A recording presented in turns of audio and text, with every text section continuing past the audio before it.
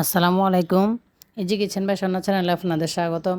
আমি আজকে মজাদার একটা মেয়োনিজের রেসিপি বানিয়ে দেখাবো। এটা খেতে এত মজা লাগে, এটা একবার বানিয়ে যদি খান আপনি আর বাইরের থেকে কিনে এনে খাওয়ার একদমই ভুলে যাবেন।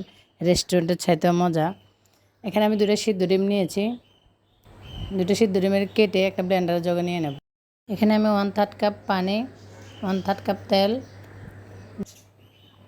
2 টেবিল চামচ গুঁড়া দুধটা দিলে মেয়োনিজটা খেতে খুবই মজা লাগে। হাফ চা চামচ লবণ, হাফ চা চামচের একটু কম গোলমরিচের গুঁড়ো। এখানে চাইলে এরকম একটা লেবু থেকে রস নিয়ে 1 চামচ দিতে পারেন, 1 চামচ ভিনেগার, 1 চামচ চিনি, সবগুলো এখন একসাথে ব্লেন্ডারে ব্লেন্ড করে নেব। দেখেন আমার মেয়োনিজটা ব্লেন্ড করা হয়ে গেছে। দেখেন কি সুন্দর হয়েছে। আপনারা বাসায় একবার হলেও বানিয়ে খাবেন। এটা যে কোনো কিছুর সাথে, চিকেন শর্মা, বার্গার, স্যান্ডউইচ সব কিছুর সাথে এটা মজা লাগবে। খেতে অনেক মজা। আসলে এটা একবার বানিয়ে না খেলে বুঝতে পারবেন না এটা খেতে যে কত মজা। এখানে গুঁড়া দুধটা দেওয়াতে টেস্টটা আর একটু বেড়ে গেছে। স্বাস্থ্যসম্মত এবং হেলদি খাবার।